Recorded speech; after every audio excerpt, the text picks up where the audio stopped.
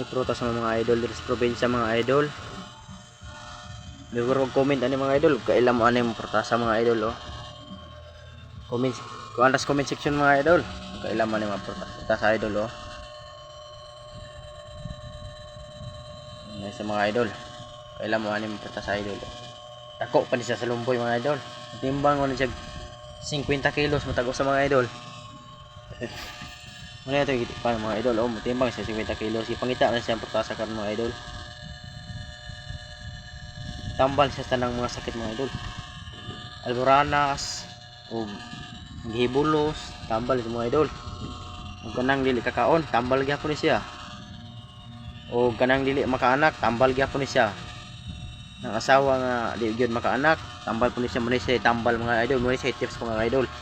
Kaon ra mo ani. Sa matag adlaw mo kaon gumig mukaon mo ani tagil makakilo matag kuan tag adlaw. Ayaw uluyan gyud kadayon. Ano mga idol, tamis kay ni sa mga idol, makatilaw ka ani sa probinsya ra ni makita ni mga idol, di wa ni sa syudad. Mga idol. Ang tawag kayo mga idol oh, pula kayo. O kanay mong bana nga perting loyahan na. Ay pakana ani maulian na. Gusto pa na mo dagan. Mura to mga idol.